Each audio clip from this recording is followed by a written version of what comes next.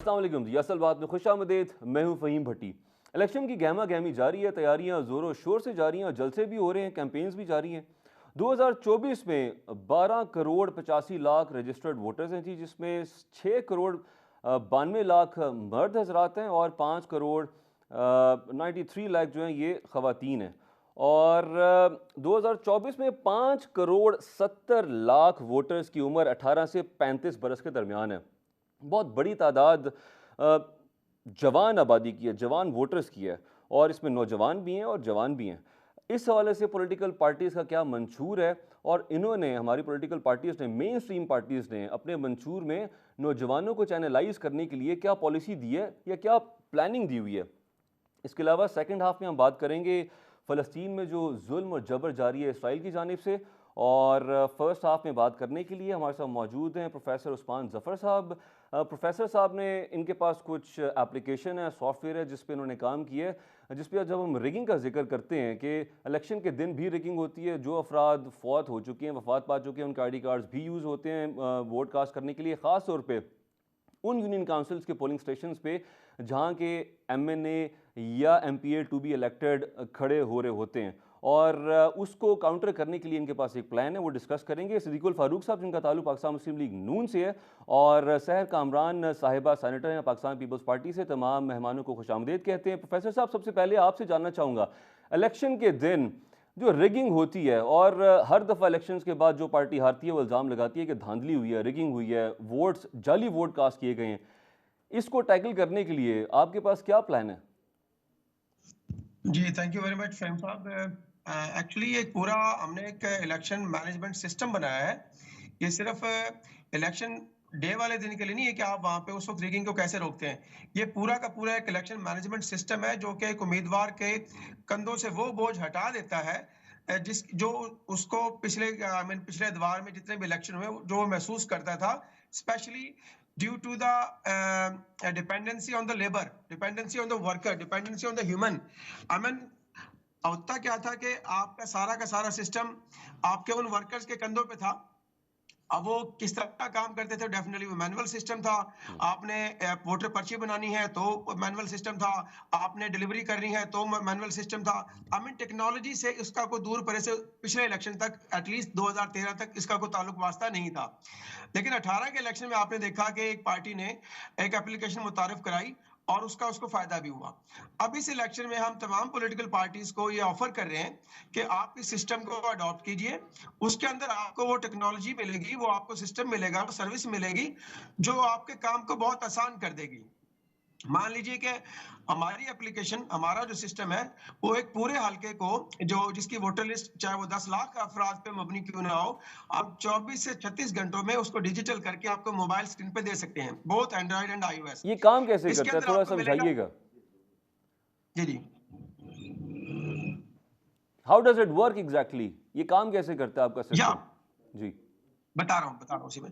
देखिए उसमें आप आपने हमने जो उम्मीदवार है उसने हमें प्रोवाइड करनी है अपनी अपडेटेड वोटर लिस्ट, क्योंकि ये डाटा है, ये जिम्मेदारी है उम्मीदवार की कि वो उम्मीदवार अपने जिला इलेक्शन ऑफिस से हमें वोटर लिस्ट प्रोवाइड करेगा। हम हम्म। उसको स्कैन करेंगे, स्कैन करके आपको सिस्टम बना के देंगे जिसके अंदर आपको वोटर, आपने अपना आईडी कार्ड नंबर डालना और आप उसमें वोटर सर्च में आ जाते हो।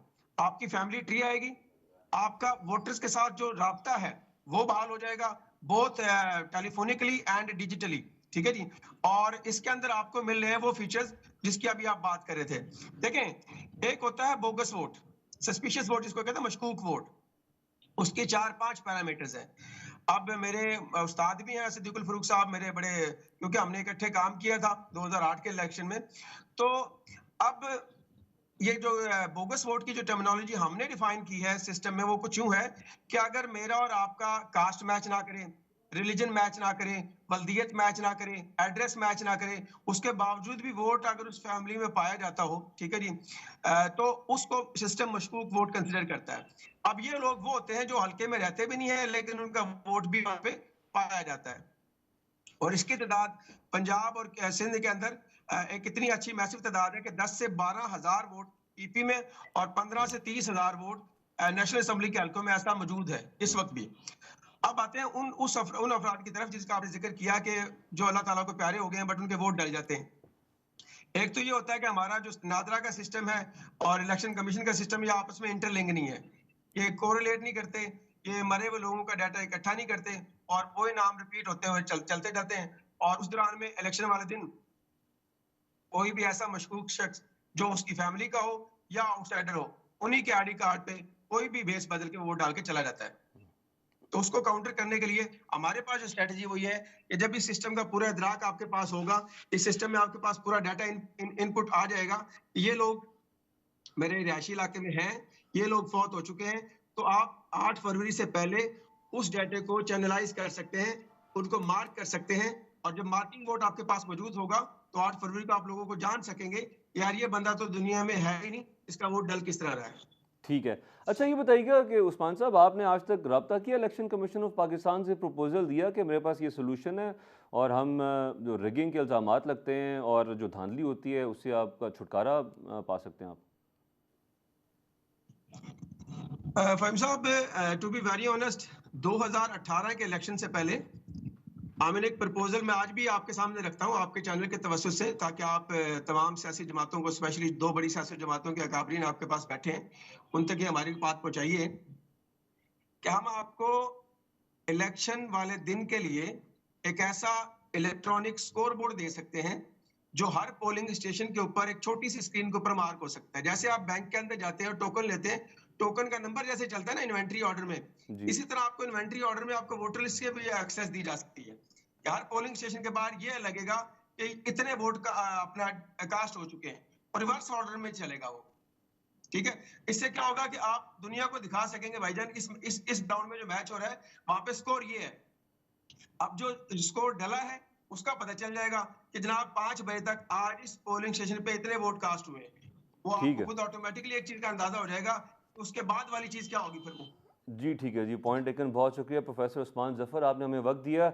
जी सहर कामरान साहिबा, आप क्या कहेंगी कि आप क्या समझती हैं, क्या वजूहात हैं इलेक्शन कमीशन ऑफ पाकिस्तान या फिर हमारी वो पार्टीज़ जो कि हुकूमत में रही हैं, हिस्सा रही हैं, रूल किया है इस मुल्क पे, वो इस तरफ क्यों नहीं आती? क्यों हर इलेक्शन में बोगस वोट्स का ज़िक्र होता है, पकड़ी भी जाती हैं, जालसाज़ी का भी तज़किरा होता है और एक दूसरी पार्टीज़ पे इल्ज़ामात भी लगाए जाते हैं? बहुत शुक्रिया। मैं सबसे पहले जो है ना प्री इलेक्शन जो एक माहौल है उसके बारे में जरूर बात करना जी, ज़रूर। चाहूंगी। आप तो बात कर रहे हैं कि जी इलेक्शन वाले दिन क्या होता है, जी, जी। वो तो एक तरफ है, ठीक है ना। हमने तो आरटीआई सिस्टम भी फेल होता हुआ देखा है, हुँ, ठीक है। हम तो ये देखते हैं कि क्या का डाटा भी हैक हो जाता है। हुँ।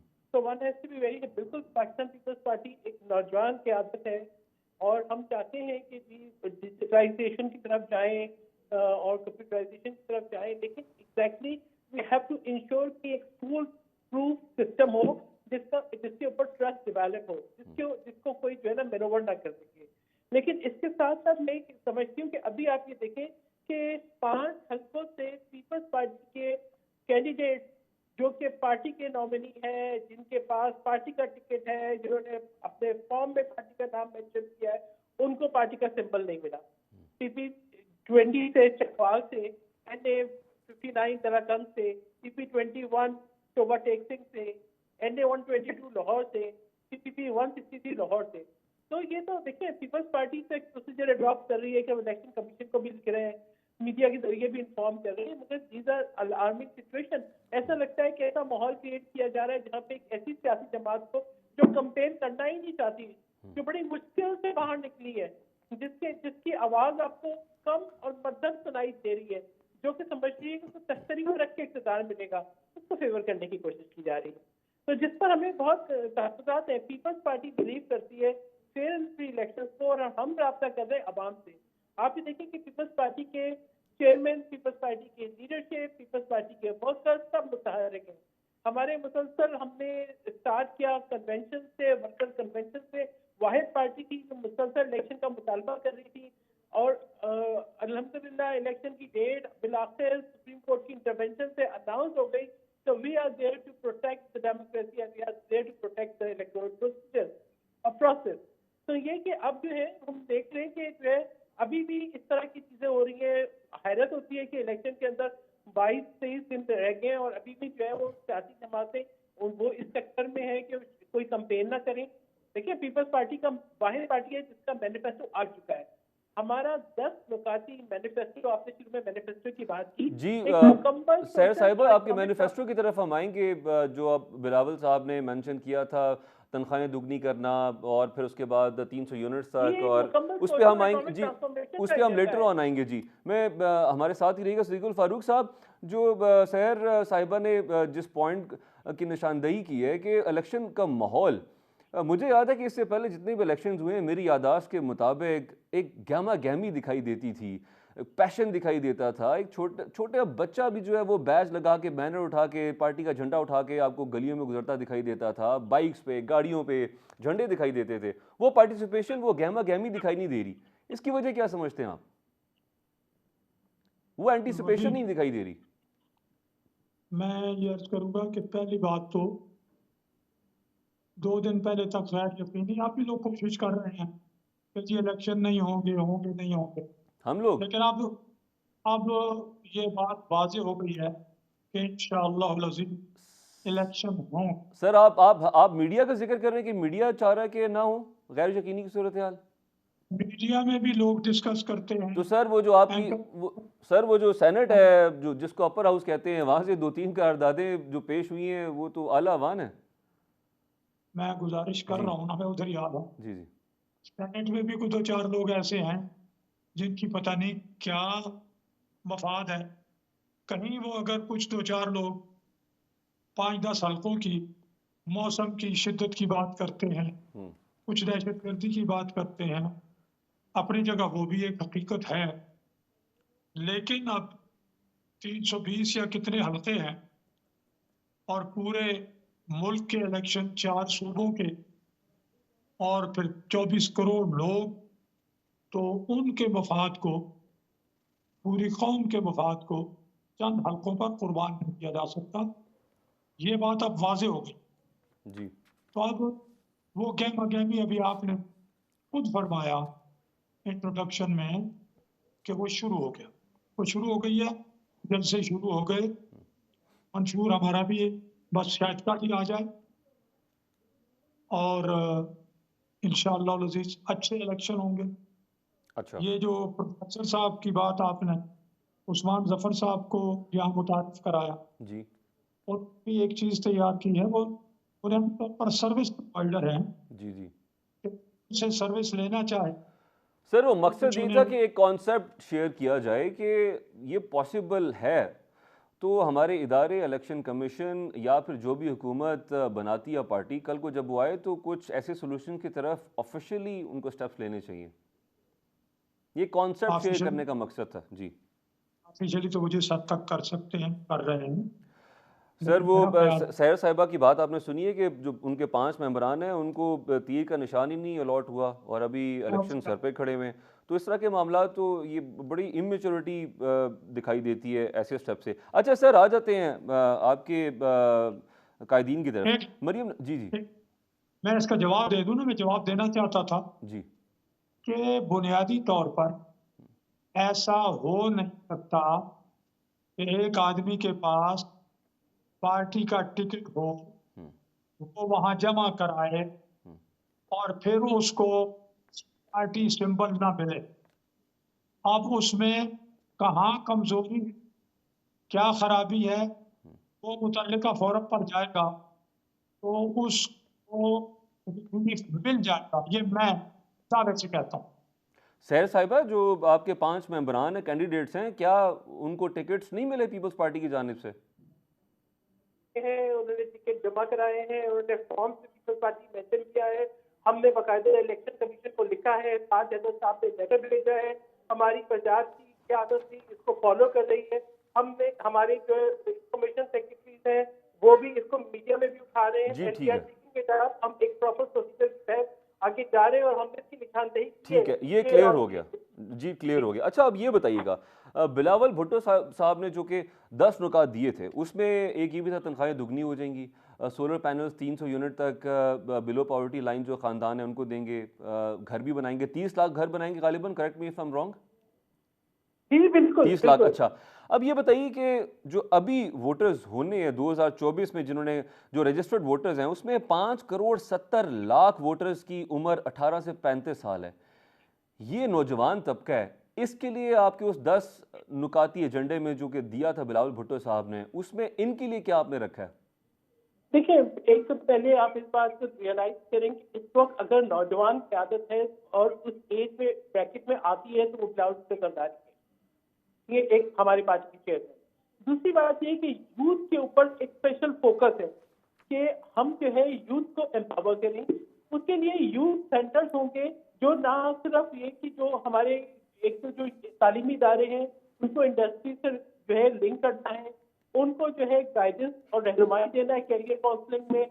उनको जब अपनी जामियात से फारग तहसील हो जाते हैं तो उनको जो है 1 साल तक एक जो है स्टाइपेंड देना है कि वो अपने आप को सस्टेन कर सकें। उनको जहां पर वोकेशनल ट्रेनिंग की जरूरत है वहां पे वोकेशनल ट्रेनिंग देना है। उनको यूथ सेंटर्स के अंदर हर वो फैसिलिटी प्रोवाइड करनी है जो कि आज नौजवानों की जरूरत है। अच्छा, और जो उनकी आपने जिक्र किया कथा कलामी की माजरत के यूथ ट्रेनिंग के लिए जो वोकेशनल सेंटर्स हैं, मेरे पास कुछ फैक्ट्स पड़े हैं कि अंदाजन हर साल 30 लाख से ज़ायद नौजवान जो हैं जॉब मार्केट का रुख कर रहे हैं पाकिस्तान में। 30 लाख, 3 मिलियन। और मुल्क में सिर्फ 3,500 के करीब technical and vocational training centres हैं हमारे पास मैडम। और सालाना वो सिर्फ 5 लाख अफराद को ट्रेन करने की कैपेसिटी रखते हैं। तो ये देखिए कैपेसिटी आप किस हद तक बढ़ा पाएंगे? क्या प्लान है आप लोगों के पास? देखिए देखिए बिल्कुल बिल्कुल ये प्लान में है, एक कंप्लीट स्टडी की है। एक तो मैं आपको बताऊं कि जो पीपल्स पार्टी का जो मंशूर है जी। वो ऑप्टिमिस्टिक जरूर है, अनरियलिस्टिक नहीं है। अगर हम ये कहते हैं ना कि हम आमदनी दुगनी करेंगे तो अगर आप पीपल्स पार्टी का रिकॉर्ड देखें तो जब भी पीपल्स पार्टी की हुकूमत आई है तो तनख्वाहों में, पेंशन में, उजरत में इजाफा हुआ है। अगर हम ये कहते हैं कि हम 300 यूनिट तक बिजली फ्री देंगे तो सिंध के अंदर हम जो है सोलर के ऊपर सब्सिडी भी दे रहे हैं और सोलर के जरिए फ्री इलेक्ट्रिसिटी भी दे रहे हैं। कोल के जरिए भी एनर्जी पैदा कर रहे हैं और नेशनल ग्रिड को प्रोवाइड कर रहे हैं। और इसके अलावा जो है शमशीर में हम विंड एनर्जी, जो हमारे विंड कॉरिडोर है, विंड एनर्जी से भी बिजली पैदा कर रहे हैं, न्यूक्लियर पावर प्लांट भी है। और इससे हमारा एक प्लान है पूरा कि किस तरह से लाइन मैन एलिमिनेट हो जाएगा बीच में से और सोलर एनर्जी जो है वो होगी, ग्रीन एनर्जी पास होंगे जिसके जरिए जो है हम इसको अफोर्ड कर सकते हैं। इसी तरीके से जब आपने इसकी वोकेशनल ट्रेनिंग की बात की, मैंने आपको पहले बताया कि जो इंडस्ट्रीज है उनसे लिंक करना है तालीमी इदारों को, तो तालिब इल्मों को जो है गाइडेंस की रहनुमाई करनी है, उनको रिक्वायर्ड ट्रेनिंग देनी है, उनको इंटरव्यूज के लिए प्रिपेयर करना है, उनको अच्छा स्टाइपेंड सहर देना साहिबा, है। इतनी तो इंडस्ट्री हमारे पास है नहीं कि 30 लाख से ज़ायद नौजवान जो हर साल निकल रहे हैं उनको हम लिंक करेंगे। और कैसे कर पाएंगे ये? इज़ इट उसमें पॉसिबल? उसमें लेकिन उसमें इसका देखिए, जवाब मैं आपसे लेना चाहूँगा ब्रेक के नहीं नहीं, बाद। मैं आपको जरूर बताना जी चाहती जी हूँ कि वसीला हक वसीला रोजगार प्रोग्राम जो है जी। वो भी एक बहुत स्ट्रॉन्ग प्रोग्राम है जिसके अंदर नौजवानों को जो है कर्जे देने हैं ताकि वो अपने बिजनेस स्टार्ट कर सकें। एक देखिए, वी आर ब्रिंग हम एक्सपर्ट्स को लेकर आ रहे हैं जो उनको गाइड करेंगे। हमने उनके लिए अपॉर्चुनिटीज क्रिएट करनी है। हमने बहुत सारी फील्ड जो है ना इग्नोर की हुई है। तमाम जो है वो नौजवान डॉक्टर्स या इंजीनियर्स नहीं बन सकते। हमारा एग्रीकल्चर सेक्टर बहुत स्ट्रॉन्ग है। हम आगे इंडस्ट्रीज को बढ़ा रहे हैं, हम पब्लिक प्राइवेट पार्टनरशिप के ऊपर जा रहे हैं। तो they are like host of opportunities. सिर्फ ये है कि आपने गाइडेंस देनी है, आपने उन प्रोग्राम्स को जो ऑलरेडी एग्जिस्ट करते हैं उनको स्ट्रेंथन करना है, आपने नए एवेन्यूज क्रिएट करने हैं। और इन सब चीजों के ऊपर बिल्कुल बिलावल भुट्टो जरदारी इन पर मेहनत करें। आप ही देखिए, पीपल्स पार्टी के तक नारा लगता था बेनजीर आएगी रोजगार लाएगी। पीपल्स पार्टी ने तो जेलें बुकती है इसके लिए। और आज भी हमने इस बात को रियलाइज किया है कि सिर्फ गवर्नमेंट सेक्टर के अंदर नहीं, हमें प्राइवेट सेक्टर के अंदर हमें जॉब क्रिएट करनी है। हमने ठीक है जी। स्टूडेंट्स को और नौजवानों को गाइड करना है कि वो किस तरह अपने बिजनेस को आगे लेके चल सकते हैं, हम उनको कैसे एम्पावरमेंट की तरफ लेके जा सकते हैं। जी तो ये ठीक है। तमाम चीजें हैं कि इसके ऊपर पार्टी के अंदर एक बहुत कम्प्रिहेंसिव होमवर्क हुआ है। तो we are working on it. And ठीक है सहर साहिबा, यहाँ पे जी ये इसको वो रियलाइज करेंगे। वो कहते हैं इन सब चीजों का वादा मैं कर रहा हूँ, इनको मैं कंप्लीट करके दिखाऊंगा। ठीक है जी, यहाँ पे वक्त हुआ चाहता है ब्रेक का। नाज़रीन हमारे साथ रहिएगा। ब्रेक के बाद सिद्दीकुल फारूक साहब, इसी पॉइंट पे आपकी जानिब आना चाहूँगा। जी वेलकम बैक। सिद्दीकुल फारूक साहब, ये जो 30 लाख नौजवान है, इसके लिए कोई सॉलिड, कोई प्रैक्टिकल, पॉसिबल जो कि इम्प्लीमेंट किया जा सके सोल्यूशन नौजवानों के लिए पाकिस्तान मुस्लिम लीग नून ने भी बहुत से प्लान्स इंट्रोड्यूस किए माजी में, पाकिस्तान पीपल्स पार्टी ने भी, पाकिस्तान तहरीक इंसाफ ने भी, मगर बेरोज़गारी उसी तरीके से है। नौजवान पढ़े लिखे जो हैं वो डिग्रियां लेके दर दर की ठोकरें खा रहे हैं। अभी तक नौजवानों को रोशन मुस्तकबिल दिखाई नहीं दिया। जिस तरीके से दुनिया की एजुकेशन सिस्टम में तरजीहात चेंज हो रही हैं, टेक्निकलिटीज़ की तरफ आ रही हैं, वो हुनर की तरफ आ रहे हैं, हम लोग अभी तक थ्योरी में फंसे हुए हैं।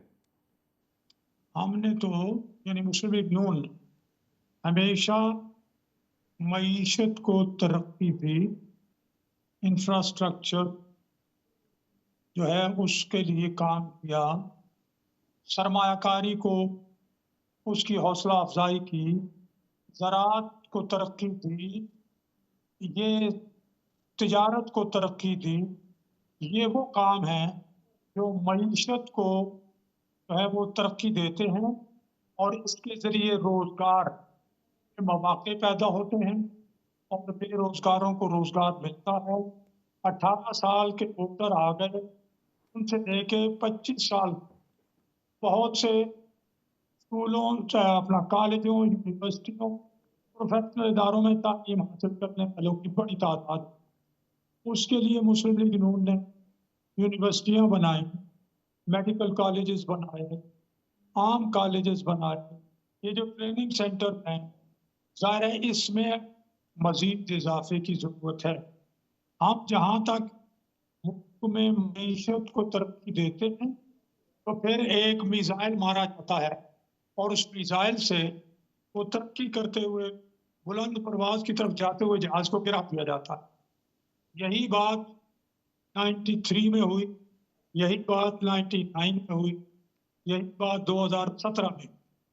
ये अगर ना होती तो मुल्क बहुत आगे चला गया। तो हम तो मुस्लिम लीग नून दर हकीकत इसका तुर्रा इम्तियाज है मईशत को तरक्की देना, अच्छी गवर्नेंस देना, नए प्रक्रिया और वादे नहीं। हम खजाने से खर्च करते हैं, खजाने से खर्च करते हैं अपना येलो रोज का अपना टैक्सियां दूसरा तीसरा, लेकिन हम आमदनी भी बढ़ाते हैं कि अगर आप आमदनी नहीं बढ़ाएंगे तो फिर मजीद फंड्स कहाँ से लाएंगे अपने मुस्तकबिल को, कौम के मुस्तकबिल को, नौजवानों को रोजगार देने के लिए, सिद्दीकुल संवारने फारूक के साहब माजरत, बट हम जब भी पाकिस्तान मुस्लिम लीग नून, पाकिस्तान तहरीक इंसाफ को तो खैर कुछ ही अरसा हुआ उनके पास हुकूमत रही, पाकिस्तान पीपल्स पार्टी, जब भी हम सवाल करते हैं तो हमेशा माजी के गिले शुके होते हैं। कल के प्रोग्राम में भी यही बात हो रही थी कि फ़लाँ साहब ने हमारे साथ फ़लाँ वाक़या पेश आ गया, हमारी हुकूमत को घर भेज दिया गया। अब आज की नस्ल, आज का नौजवान, आज का पाकिस्तान, आप दोनों बड़ी पार्टीज़ की तरफ नज़र रख के ये देख रहा है इस उम्मीद के साथ, इस आस के साथ कि शायद अब बेहतर ज़िंदगी उनको मैसर हो, इस मुल्क में रोज़गार की बेहतर सहूलियात मैसर हों, पाकिस्तान तरक्की करे, हमारा पासपोर्ट दुनिया में इज़्ज़त हासिल कर पाए। तो अब आगे का हमें कुछ बताइए। भट्टी साहब, मैं आगे का बताता हूँ। ये मैं जब 2017 की बात करता हूँ तो ये मोस्ट रेलेवेंट है, क्योंकि उस वक्त डॉलर 100 रुपए का था। उस वक्त बहुत सी चीजें, अब मैं आपकी वजह से सर आपके वज़ीर आज़म रहे थे ना पीडीएम में, तो नहीं वो करता 14, 15, 16 माह में क्या तब्दीली आई, क्या बेहतरी आई? महंगाई तो और बढ़ गई थी। चले गए थे। जी। अगर आप इस तरह सवाल करते चले जाएंगे मेरे जान, तो फिर जवाब नहीं आएगा। ये 2000 आप जो पीडीएम की बात करते हैं, एक पॉइंट एजेंडा था, मुल्क को डिफॉल्ट से बचाना, उसमें हम कामयाब रहे। अब मैं इस बात पे आता हूँ कि ये सारी सूरत हाल जो इस वक्त है, ये उसी वक्त ठीक होगी जब हम मईशत को ठीक करेंगे। उसका मैंने आपके सामने रखा है, पूरा जामी मंसूबा है। लेकिन मैं ये कहना चाहता हूँ कि मुल्क भर में चप्पे चप्पे पे मुस्लिम लीग नून के मंसूबे नजर आते हैं, लोग उनसे फायदे उठा रहे, तो वो हमारी क्रेडिबिलिटी है कि ये मुस्लिम लीग इसने ये काम करके दिखाया है, उसका अब ये मंसूबा है, उसने झूठ नहीं बोला था, उसने दहशतगर्दी का खात्मे का वादा कर दिखाया, उसने लोड शेडिंग खत्म करने का वादा किया, लोड शेडिंग खत्म कर दी, उसने सी पैक शुरू किया तो $35 बिलियन की इन्वेस्टमेंट हुई, बाद में बंद हो गई।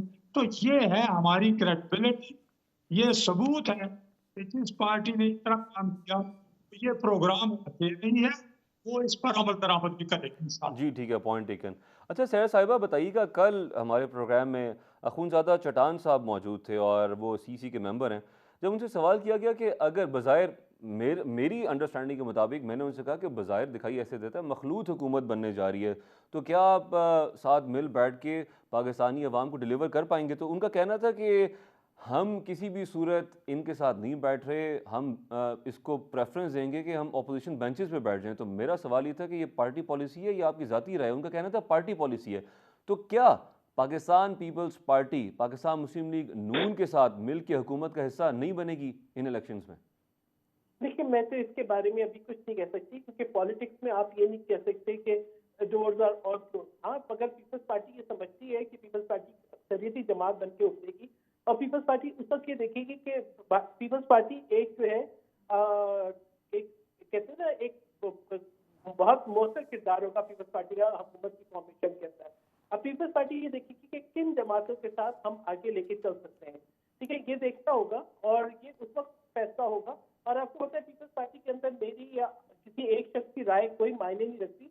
हमारे यहाँ ये फैसले जो है सीईसी के अंदर होते हैं और एक जो है कलेक्टिव विजडम से होते हैं।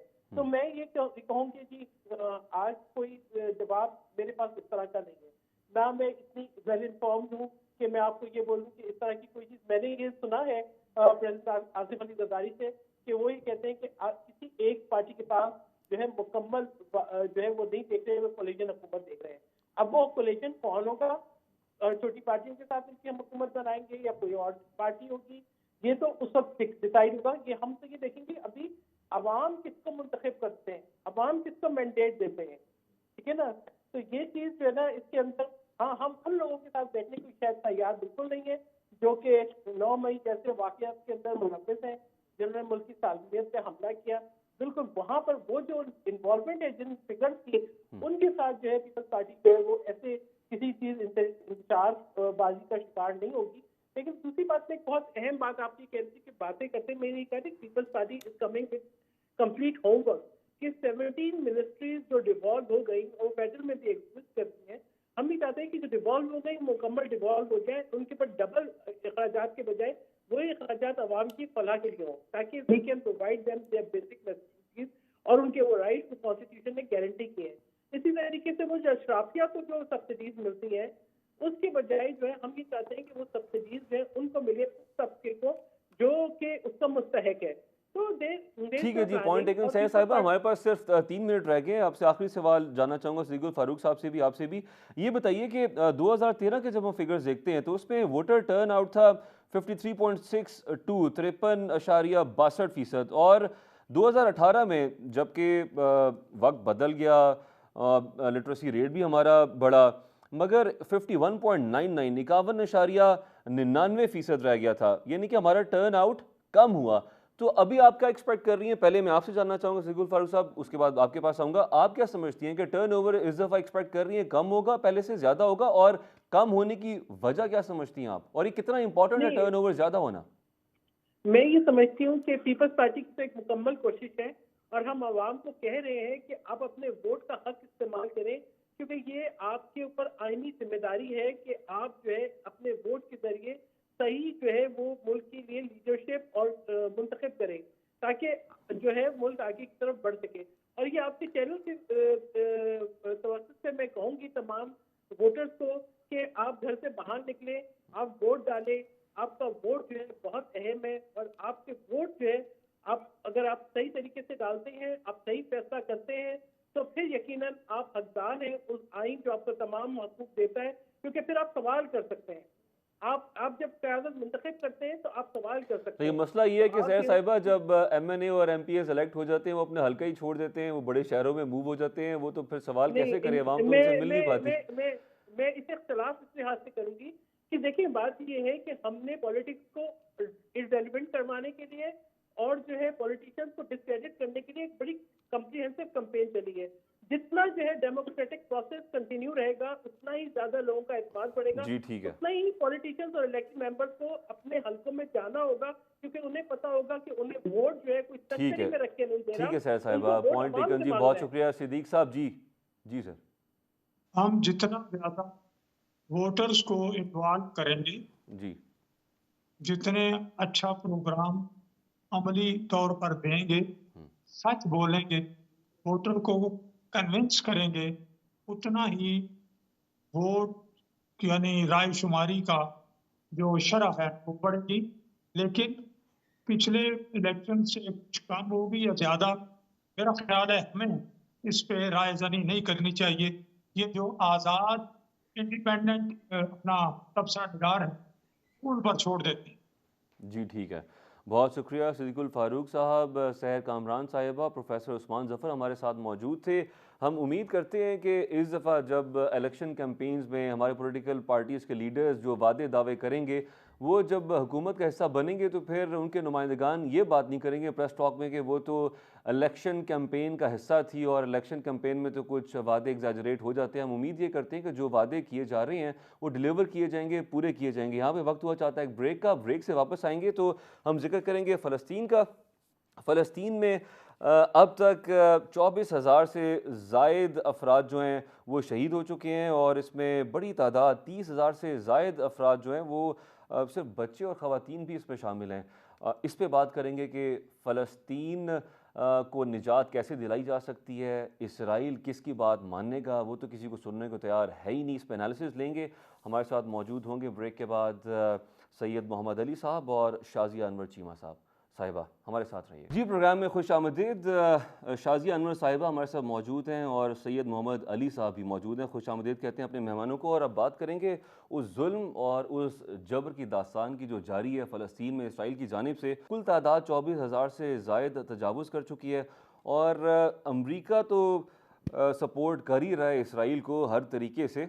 मगर एक ख़बर ये है कि गुज़िश्ता 20 दिनों से बाइडन की और नेतन्याहू की कोई आपस में बातचीत नहीं हुई, कन्वर्सेशन कोई नहीं हुई इन मामलात पे बात करने के लिए। और इज़राइल की जो हेजमनी है वो उसकी सोच क्या है और उसकी अप्रोच क्या है, वो हासिल क्या करना चाहता है और टू नेशन सोल्यूशन से भी अब वो भाग रहा है। तो फ़लस्तीनियों को इस जुल्म से निजात कैसे मिल पाएगी और इसका मुस्तकबिल क्या देखा जा रहा है। सबसे पहले जानना चाहूँगा शाजिया साहिबा आपसे, ये जो जुल्म और जबर जारी है इसका इख्तिताम होता दिखाई दे रहा है आपको? ये थोड़ा बड़े कॉन्फ्लिक्ट का हिस्सा बन जाएगा, रीजनल कॉन्फ्लिक्ट बन जाएगा। लेकिन उससे पहले अगर हम पूरा इसका अहाता भी अपने नाजरीन के लिए कर लें कि आज 100 दिन होने को आ गए हैं, तो बेसिकली हुआ क्या था कि 24-30 हज़ार जो हैं वो लोग जो हैं वो शहीद हो गए हैं, जिनमें आप बता रहे हैं जैसे कि, और ये हकीकत है कि उसमें मेजॉरिटी बच्चे और ख़वातीन हैं। हमास ने हमला किया इसराइल पे, और जिसने एक भरम जो था, एक फसाड जो था इसराइल का, वो बिल्कुल तोड़ के रख दिया कि इसराइल जो है उसकी इंटेलिजेंस जो है वो पेनिट्रेट नहीं हो सकती, उसका जो है डिफेंस सिस्टम जो है वो अनब्रीचेबल है, और पूरी दुनिया के सामने एक जो चीज़ बनी हुई थी वो बिल्कुल मलियामेट हो गई। हमास ने एक तो काम ये किया, उसका नतीजा ये निकला कि उससे अगले ही दिन इस्राएली फ़ौज जो है वो एक मोटो के साथ बाहर निकली कि उन्होंने हमास को ख़त्म कर देना है, और साथ में ये साबित करना है दुनिया के सामने कि वो अभी भी एक बहुत बड़ी ताकत है। तो जब वो एक इंतकामी जज्बे के साथ बाहर निकले तो उनके पास कोई वॉर स्ट्रेटजी नहीं थी, और वॉर स्ट्रेटजी ना होने की वजह से, और उनका जो मिशन था वॉर को अचीव करने का, वो हमास को ख़त्म करना था। और हमास एक आइडियोलॉजी ख़त्म ही नहीं हो सकती, लोग ख़त्म हो सकते हैं। तो कहने का मतलब ये है कि वो एक शिकस्त खोरदा फौज की तरह ही बाहर निकले थे। जब आप अपना टारगेट ही गलत सेट करते हैं तो शिकस्त आप उसको जीत नहीं सकते हैं। ये 100 दिन और भी चलती रहे ये जंग, तो हमास जो एक आइडियोलॉजी है वो ख़त्म नहीं हो सकती। तो इससे अचीव क्या हुआ, हमास ने क्या अचीव किया? हमास ने लेजिटिमेसी अचीव की, हमास ने दुनिया के में अपनी सिंपथी अचीव की, अपनी एक रिट कायम की कि मैं मजलूम फ़लस्तीनियों के लिए जो है आवाज़ बुलंद कर रहा हूँ, जो कि नहीं इससे पहले हो रही थी। इससे पहले चीज़ें नॉर्मलाइजेशन की तरफ जा रही थी, और हर जो है ख़ास तौर पे मिडल ईस्ट जो है वो नॉर्मलाइजेशन करना चाह रहा था इसराइल के साथ। तो उसने इन चीज़ों को डिसरप्ट किया, और अब इतने दिन होने को आ गए हैं, इसराइल के पास अभी भी कोई प्लान नहीं है। इसराइल इंतकामी कार्रवाई के तौर पे जेनोसाइड जो है वो करता चला जा रहा है। जिसको कि साउथ अफ्रीका ने बाकायदा जेनोसाइड के तौर पे रजिस्टर भी करा दिया। ठीक है। अमेरिका जी जी जी जी जी ठीक है। अच्छा ये बताइएगा मोहम्मद अली साहब, सबसे पहले मैं अपनी करेक्शन कर लूँ, 30,000 जो मैंने बच्चे और ख़वातीन का जिक्र किया इसमें ज़ख्मी होने वाले भी शामिल हैं और शहीद भी हैं। अच्छा अली साहब ये बताइएगा कि अक़वाम मुत्तहिदा जिसकी जानिब पूरी दुनिया की नज़रें मरकूज़ हैं और वो समझते हैं कि ये एक ऐसा वाहिद इदारा है जो कि दुनिया में अमन के लिए काम कर रहा है और शायद वो पॉजिटिव रोल भी प्ले कर सकता है, उसके रोल को आप कैसे देख रहे हैं? अक़वाम मुत्तहिदा के क़याम के 4 बुनियादी मक़ासद हैं। पहला मकसद ये है कि जो आलमी ताकतें हैं, उनके दरमियान बाहमी सतह पे एक आलमी जंग के इम्कानात को कम करना। नंबर 2 ये कि जो तनाज़ात हैं उनका हल। नंबर 3 ये कि दुनिया में अमन और सलामती का क़याम। नंबर 4 ये कि सोशो इकोनॉमिक डेवलपमेंट का फ़रोग़। तो अगर आप हकीकत पसंदाना अंदाज में पिछले 79 ईयर्स की इसकी तारीख देखें, तो आपको नजर आता है कि इन चारों मकासद में जो सेकंड, थर्ड और फोर्थ हैं, उसमें तो कोई खातिर ख्वाह कामयाबी अक़वाम मुत्तहिदा को हासिल नहीं हुई है। ना तो उन्होंने कोई इलाकाई तनाज़े को पुरअमन अंदाज में, देरपा अंदाज में हल किया है, फ़लस्तीन, कश्मीर, कोई और। ना इन्होंने जो दुनिया में तरक्की और सोशो इकोनॉमिक डेवलपमेंट है, उसमें भी एक मुतवाज़िन अंदाज में ग्लोबल साउथ और नॉर्थ में कोई रोल प्ले किया है। हाल ही में जो कोविड का क्राइसिस था, उसमें भी इवन इसका एक ज़ैली इदारा है WHO, वर्ल्ड हेल्थ ऑर्गेनाइजेशन, वो यकसर तौर पे आलमी सतह पे आलमी बरादरी को ऑर्गेनाइज करने में नाकाम नजर आया था। अलबत्ता जो पहला मकसद है कि जो आलमी ताकतें हैं 5 बड़ी, उनके दरमियान बराह रास्त जंग के इम्कान को कम करना, उसमें वो किसी हद तक कामयाब नजर आते हैं। तो अगर बॉटम लाइन आपके सवाल की ये है कि ये आलमी इदारा जो आलमी ताकतों के मफादात के तहफ़्फ़ुज़ दिफा के लिए। के लिए तो कारआमद नजर आता है, लेकिन डेवलपिंग वर्ल्ड के मफादात के दिफा के लिए इतना मुअस्सर नजर नहीं आता। ठीक है। अगर हम पाकिस्तान में एक आम आवाम की बात करते हैं, जब आप किसी भी शख्स से ज़िक्र करते हैं इसराइल या फ़लस्तीन के टॉपिक पे, तो वो अक़वाम मुत्तहिदा के अलावा पढ़े लिखा तबका तो अक़वाम मुत्तहिदा का ज़िक्र करता है, लेकिन एक आम आदमी कहता है कि एक OIC भी एक इदारा है, अरब लीग भी है, तो वो शायद फ़लस्तीनियों के लिए कोई आवाज़ उठाएँ या कुछ कर सकें। तो आप उसको कैसे देखती हैं शाज़िया साहिबा कि इन 2 इदारों के रोल को, किरदार को, what they can do to make sure कि पैलेस्टीनियंस को रिलीफ मिले? उनके किरदार से पहले हमें इस पूरे तनाज़ुर को देखना पड़ेगा, इसराइल और फ़लस्तीन की जंग को। इसराइल और फ़लस्तीन की जंग जो है कभी भी ये 2 मुल्कों के दरमियान रहने वाली जंग नहीं है। उस पे इसको रुकना चाहिए, सीज़ फायर होना चाहिए, 2 स्टेट रेज़ोल्यूशन निकलना चाहिए। इस पे तो किसी OIC मेंबर कंट्री को कोई उसकी 2 राय नहीं है। पहली राय यही है कि जो ऑर्गेनिक आउटकम है वो 2 स्टेट रेज़ोल्यूशन ही है और ये सीज़ फायर जो है वो जल्द से जल्द हो जाना चाहिए। लेकिन इसराइल तो कह रहा है लेकिन कि 2 नेशन सॉल्यूशन का हमें कुछ नहीं पता कि वो क्या होता है। वो तो स्टेप बैक कर गए उसे, क्लियरली। इसराइल 2 स्टेट सॉल्यूशन से स्टेप बैक कर सकता था अगर वो इस हमास अटैक को अक्लमंदी से डील करता और इसको अपने लिए एक एट्रोसिटी प्रोपेगेंडा बनाने की बजाय अगले ही दिन कत्लेआम पे ना निकल खड़ा होता और दुनिया के सामने अपना केस लेके जाता और कहता कि जी मुझ पे हमला हुआ है, एक टेररिस्ट ऑर्गेनाइजेशन ने हमला किया है। तो 2 स्टेट जो रेजोल्यूशन था वो बैक बर्नर पे था नॉर्मलाइजेशन की वजह से, जो नॉर्मलाइजेशन की एक वेव चली हुई थी। अब इस वक्त 2 स्टेट सॉल्यूशन के अलावा इस पूरे इवेंट का और कोई ऑर्गेनिक आउटकम नहीं है और यही सारे के सारे जो पड़ोसी मुल्क हैं वहाँ के बरादर इस्लामी मुल्क जो कि उस अड़ोस पड़ोस में ही रहते हैं, वो एक बहुत बड़ी जंग को, दुनिया की तीसरी जंग अजीम को अवॉइड करने की कोशिश कर रहे थे। अब आपने देख ही लिया होगा कि हूती के अटैक्स पे आप आज जो है वो इंडियन फॉरेन मिनिस्टर जो है वो ईरान पहुंचे हुए हैं और बाकायदा उनसे बात कर रहे हैं कि उनके हमारे 6 बहरी जहाज़ों पर हमला हो चुका है, तो आप उस सिलसिले में क्या कर सकते हैं। और अगर रीजनल कॉन्फ्लिक्ट की हम बात करें तो हिजबुल्ला जो है वो वहाँ पे मौजूद है, वहाँ पे हुती मौजूद हैं, और ये जितनी भी पैरेलल आउटफिट्स और पैरेलल फोर्सेस होती हैं ये आइसोलेशन में काम नहीं कर रही होती हैं, ये हमेशा स्टेट बैक्ड होती हैं। तो अगर हम ये बात करें कि किसकी बैक पे कौन सी स्टेट है तो वो कॉन्स्पिरेसी थ्योरी में आ जाएगा, हम उस तरफ नहीं जाते हैं, लेकिन ये आइसोलेशन में काम नहीं कर रहे होते हैं। अब हुतीज ने एक अटैक, हमास ने अटैक किया और ये साबित कर दिया कि इस खित्ते में कुछ नॉर्मल नहीं होगा, कोई ताल्लुकात नॉर्मल नहीं होंगे जब तक फ़लस्तीनी नॉर्मल नहीं होंगे। हुतीज ने कहा कि आप अगर ये कह रहे हैं कि इस मसले का कोई हल नहीं है, तो हल का हम आपको ट्रेलर दिखा देते हैं। बहरहाल हम एक ऐसी फोर्स नहीं है कि हम पूरी दुनिया के साथ जंग लड़ सकते हैं, लेकिन अगर आप इस चीज़ से बचना चाह रहे हैं कि ये रीजन में जंग फैले ना, तो ये हम आपको फैला के दिखा देते हैं। उसके बाद फिर अब आपने इसका कोई हल जो है वो ढूंढना है तो आप ढूंढ लें। तो सिचुएशन स्क्वायर वन पे आ गई है। जिस चीज़ से बचना चाह रही थी अक़वाम आलम जो है कि इस चीज़ को तीसरी जंग अजीम ना बनाया जाए, अल्टीमेटली सिचुएशन उसी तरफ जा रही है, जो कि हुतीस के अटैक के बाद जो है अब ये साबित हो गया है कि अब वो जहाज़ जो हैं वो बाब अल मंदेब की बजाय अगर साउथ अफ्रीका से होते हुए केप ऑफ गुड होप से यहाँ तक आ रहे हैं, तो आप अंदाज़ा लगाएं कि इकोनॉमिकली कितना नुकसान हो रहा है। और ये जी हम as as as a layman तो पहले दिन से ये कह रहे थे कि इकोनॉमिक चोकिंग से ये मसला ख़त्म होना है।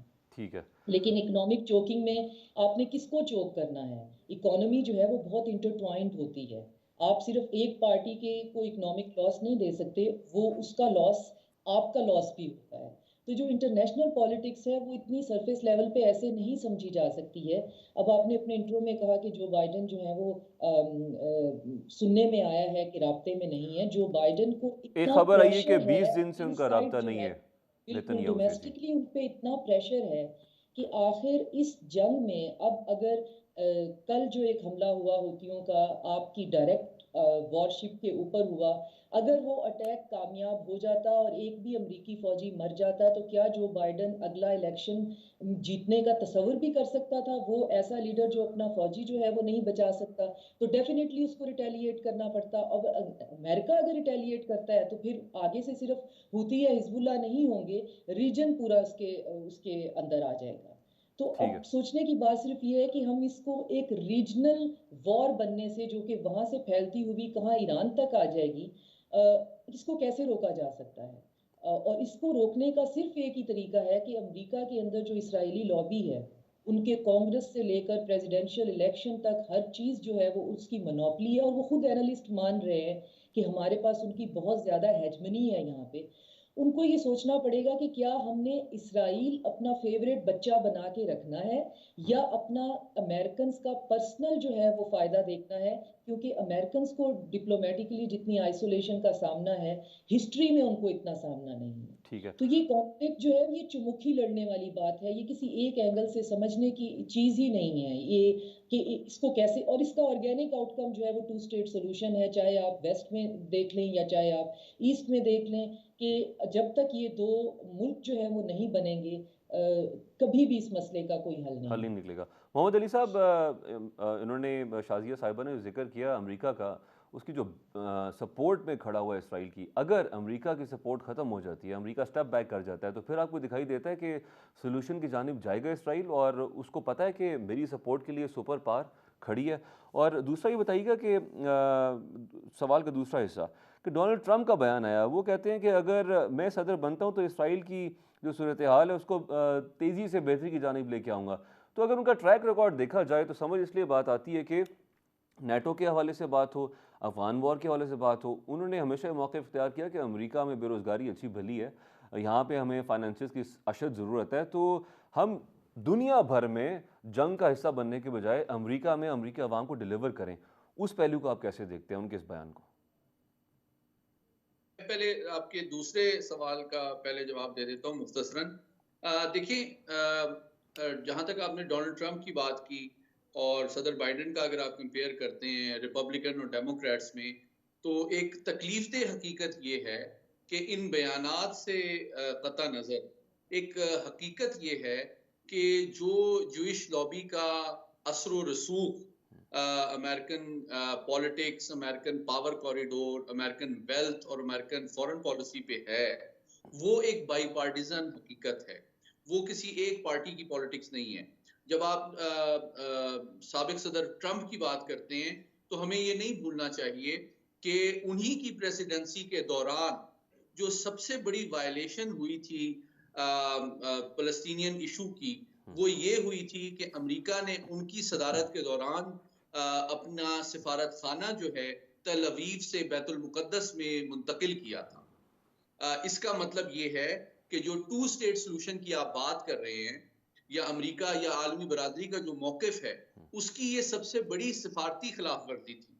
क्योंकि अगर आप टू स्टेट सॉल्यूशन की बात करते हैं, तो इसका मतलब ये है कि फ़लस्तीन और इसराइल दो आज़ाद खुद मुख्तियार रियासतें हैं, जिनको बायलैटरली बैक वक्त दोनों ममालिक को आज़ाद और खुद मुख्तार रियासत के तौर पे रहने का हक हासिल है, जिसमें तल अवीव इसराइल का, जबकि बैतुल मुक़द्दस जो है वो फ़लस्तीन का परमानेंट कैपिटल होगा।